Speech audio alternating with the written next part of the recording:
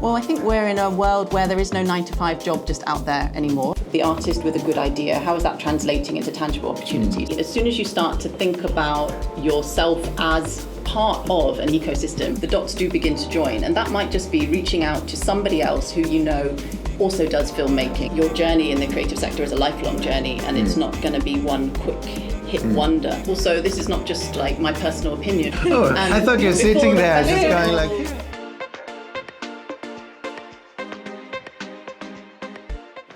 Hello everybody, my name is Emily and I am here with Rasheeda and Toby. Hi Rasheeda. Hello. Hi Rasheeda. Hi Toby.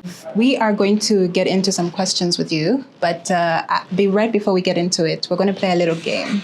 So you're going to pick a puzzle and we're basically going to compete to put the puzzle together. The person who puts the most number of pieces wins. So you tell me when you're ready, I start the time and we go. So Rasheeda, could you take us back to how you got into the creative space and what was your creative dream, you personally? And I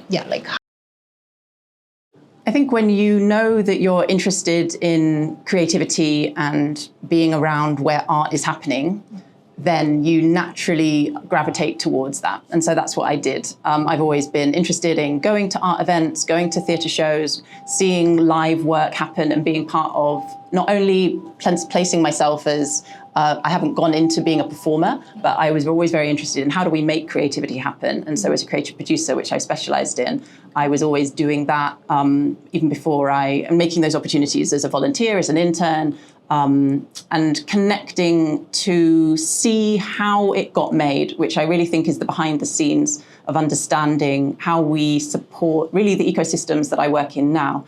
So it's kind of a natural progression from really making the most of opportunities around me and then navigating different industries, both in the UK and across the continent, to understand how we can connect better as well. It's a global creative economy. It's not just isolated wherever you are as a young person growing up in Hackney or a young person growing up in Kawempe. It's really about what is it you want to offer to the world and how can we better thinking about now the creative economy as an industry, as organizations, as fellow artists, funders, work together to understand that we're stronger together. And so I think I've always really understood that it's an ecosystem approach to make the work that I also wanted to offer to the world. And I've always been really interested in global connections, international collaboration, working in the UK, but working internationally as well. And so wanting to be able to not see that as a limitation, but actually an opportunity to understand also myself as someone who is British Ugandan, grew up between the UK and Uganda,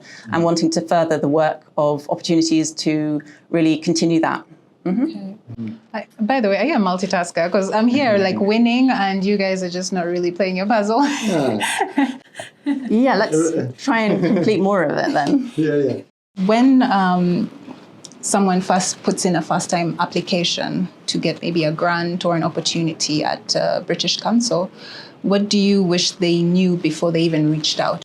So British Council is a charity, the charity, the UK's cultural relations charity, and we work with young people, peace and prosperity, with a remit particularly for cultural relations. Our work in Uganda across the creative economy is really about supporting youth enterprise and the ecosystem. So that is really understanding at all levels the opportunities for young people, whether you're just starting out and beginning your career or really looking for market access particularly and need specialised networks, introductions, where it might just be more tailored specifically beyond being entry level if you're just starting out, for example, thinking about becoming a graphic designer or a fashion designer. So I think really understanding the opportunities of this now feels like a question about funding opportunities from the perspective of when you're applying either as a first time, if you're an artist and you want to get funding for your work. We have opportunities that are really thinking about first, how do you manage your career as an artist? And so that's what the SoCreative e-learning platform is really focused about. So I think it would be really addressing, before you think about how do we just get the money, what is it I actually need around the thinking of myself as a business, as an entrepreneur, to thrive and survive in Uganda.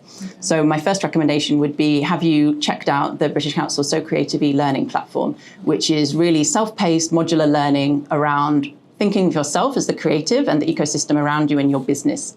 And that is really very helpful. Is it free? Yes, it's free. So that would be a first thing. You mentioned youth enterprise there, or young enterprise. Can you elaborate a bit what that specifically means and what that aim is there? Well, I think we're in a world where there is no 9-to-5 job just out there anymore. And so we know on the continent, young people, the median age, 15 in Uganda, with a $1.6 billion estimated creative economy growth since 2019 in Uganda, there's still a gap about how are we actually harnessing that opportunity. So it's really beyond you yourself, the artist with a good idea, how is that translating into tangible opportunities? So therefore understanding that is about anybody to do something and make it a viable product in the world. This is about business, whether we're talking about agriculture or creative enterprise. Well, I would love to dive in a bit of the idea of the creative economy as an ecosystem. I think it would really help us for you to elaborate a bit. What does that mean? Like, let's say I'm a young filmmaker doing my creative stuff. How do I think of this as, okay, that's an industry I'm going in? Are there opportunities, or am I just kind of delusional of thinking I'm making my things? How can people tap into that? And that's the thing. I think I do understand that it can feel like it's a bit of a vacuum out there as a young person first starting out. But really, as soon as you start to think about yourself as part of an ecosystem, part of an industry, the dots do begin to join. And that might just be reaching out to somebody else who you know also does filmmaking, and through them, an extension of accessing their network really might open that first opportunity. So really keeping curious to understand the expertise within the industry that you want to go in, because it won't happen by accident. If you're a writer, you need to practice your craft, otherwise you won't get better at writing. I talk to some writers, and if they're not practicing every day, how do you expect to really grow within Uganda, across East Africa, the globe? We need to understand that it's a craft that takes dedication, and understand also that being creative is a lifelong journey. It's not just around the money take home that you're going to bring, which we are ambitious for Uganda to grow its economic revenue for sure. But really also, are you actually interested in the thing that you're doing? Are you interested in what topics right now? For example, we're here at the KTA conference. How is AI influencing your industry right now? And if you don't take charge of it, it's going to take charge of you. But we've got something to really offer this space. I'm going to be speaking about the opportunities of heritage within AI and how we can tell our own stories, because AI doesn't know what your experience growing up in Kawempe is unless you bother to share it and experiment within the new technologies to storify. So I think that there is a real opportunity as well around a changing landscape right now to be confident about seeing what is really changing and shifting, particularly as we think about the influence of digital to the wider ecosystems of whether it's fashion, film, music, creative technology. If you're a filmmaker, have you heard about Film Possible and the brilliant work of the Matatu Film Stage? Look at how they're touring work across the continent, and they just got up and did it. So it's very possible to find the networks, find introductions to people, just go and talk to patients. There are lots of people out there willing to give their time and expertise. And I'm not saying it's easy, and access to funding is one of the biggest drawbacks for all creatives anywhere in the world, really, and obviously on the continent is one of our biggest issues. So, and that is what is immediately going to face a young person just starting out as a barrier to this conversation. But within all that, if we also look at the other side, there's a huge amount of opportunity to do things. Yeah, great. Can I just follow up on that? What do you see as, let's say, challenges for people to get into that funding space? Is there a mindset thing, or is it really, are we talking about just what kind of advice can you give, I guess? Well, there's no one solution. I think all organizations struggle with understanding really to get a balance of financing yourself, finding time to develop your creative self, finding time to be able to separate thinking about your income for your personal expenses versus what are you bringing in against your trade. Just even that is a mindset approach first. So really mindset is where I would be focusing on first, and a centered leadership to really understand what is it you want to offer the world as an artist, and understand that it can take time as well. and not feel rushed to, I think, cultivate global accolade, expecting it's going to come tomorrow. And that's not really anybody's journey of success. And you look back at big brands now thinking about fashion, really, it takes time to just focus on the story you want to tell and understand that that has value and that there's so many stories in Uganda which we're not even telling. So why don't we start there and value that and build your audience around that? Hey, thanks for watching our podcast. While we're here, I want to make sure you really get what this is all about. So Kelele Collective is a growing community of multimedia creatives, and our mission is to help you build a sustainable, healthy career from your talent. We do the Multimedia meetup here in Kampala. We have some workshops here and there, and we have social channels where we share opportunities and activities. If you want to stay in the loop, get connected, check the links below, and subscribe. Now back to the pod. I love that. So thank you for saying that, but I just want to talk about the elephant in the room. For many young creatives, when they hear British Council opportunity, a lot of them feel like, oh, that's a bit too high level for me. That's not for me. So what does it mean to be fundable? Just walk us through what it takes to become fundable for a creative project to get support. I mean, it shouldn't be an elephant in the room. British Council is also ecosystem organisation like any others within an ecosystem. Yeah. We have limited funding.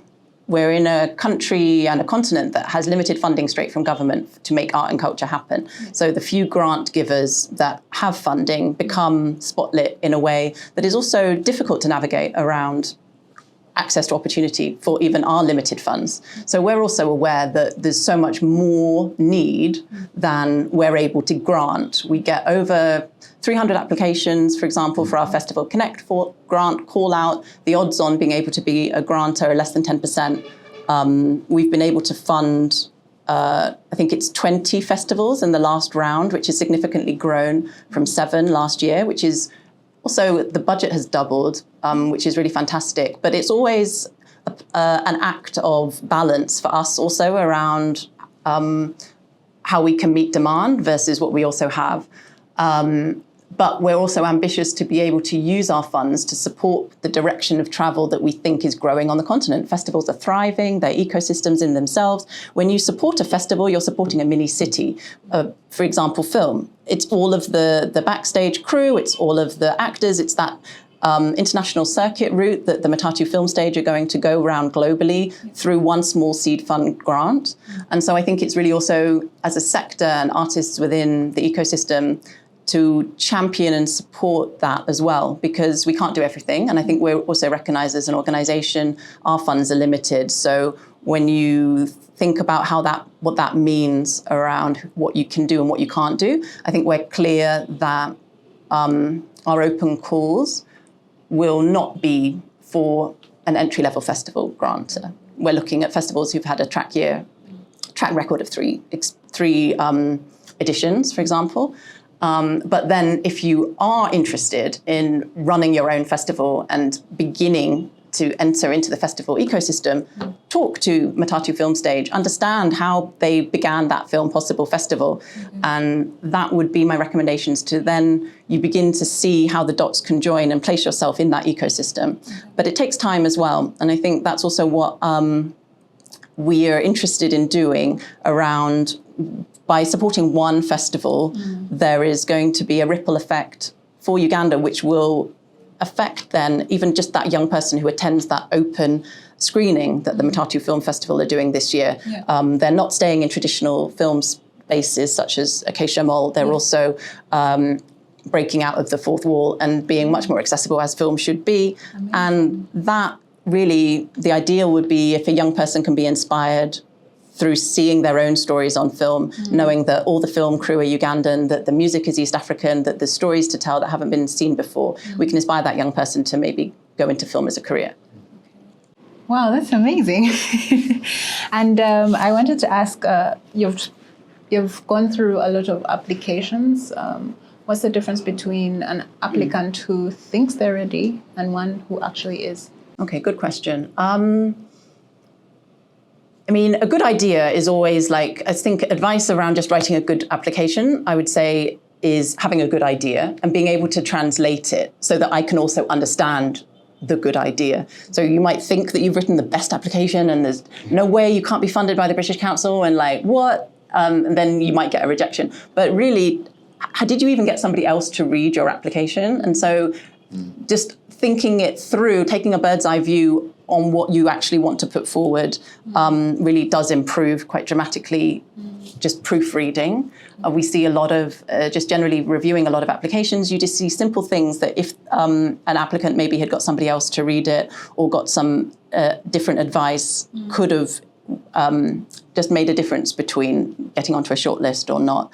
I think really also answering the questions that the fund is asking. Not every fund is going to be the same. A Goethe Zentrum small grant fund application open call is going to be very different from the British Council's Culture Connects Festival open call. They're asking for different things. For example, if we're saying this grant is to connect festivals between Africa, Uganda and the UK, that's a requirement from the beginning. So you need to do that. If you just apply and say, I'm just going to run my festival and please, here's my budget, but you didn't meet what the grant was asking. So I think it's just simply knowing, this is basic advice around, it's not trying to be trick questions. It's just answering understanding how to answer what the question is actually asking you. And we don't need to know more than that. Would be good advice for just generally improving funding applications. And I guess that also helps you not to put your energy in the wrong direction, right? Because you have to aim for really where you can, where you match the project. Yeah, exactly. I mean, that helps. And that's also, this is not just like my personal opinion. We'll have a jury panel and a reviewer. I thought you were sitting the there, festival, like here and there. Exactly. I mean, there's criteria. Yeah, it's about being responsible with money, because this is quite a lot of money we're potentially talking about going to each festival that has to be accounted for, and it helps that festival. So there is a kind of, and this is where the ecosystem comes in, there is a whole support network there around, also from the funder's perspective. They want to see that fund has gone to good purpose, and hopefully, even though it's project bound and time bound and might support just that one edition of that festival, through that funding, it might have brokered like the legacy of success afterwards, new relationships, new circuits, new markets. And that's really the end goal for all of this. This is not just funding for funding's sake. This is around putting an investment. And it's not just free money. Sometimes people talk to me, as if there's free money rolling around. And I think that's really important to dispel, because even if it's a grant is an investment in your business. And if you're starting out as an early career artist, that's really, really helpful. So that is why a British Council grant might be helpful for you as you're looking at what's available of funding in Uganda, for example. But it doesn't mean that that's going to solve you forever. And it would just be that first seed investment in your business. And then my next conversation to any artist, entrepreneur, creative who's looking at opportunities of funding their enterprise, beyond the grant model, what's going to sustain your enterprise? And then it's how do we encourage conversations to think of yourself as a business beyond yourself, your collaborators, and that is going to make the difference to being sustainable. Yes. And so I wanted to ask, what is one thing that like the international funders, like your organization, like what would you like the local creatives to understand about what you guys do? Or maybe what would be the misconception that they have whenever they are trying to engage with you? I think we've done good work over the last 3 years, particularly to show that there is a diversity around what British Council do as a cultural relations organisation beyond English and exams. I think 3 years ago, a lot of people might have come to me and just thought, British Council just do the IELTS and know us for our English product, which is, yes, we do administrate the English language proficiency IELTS exam.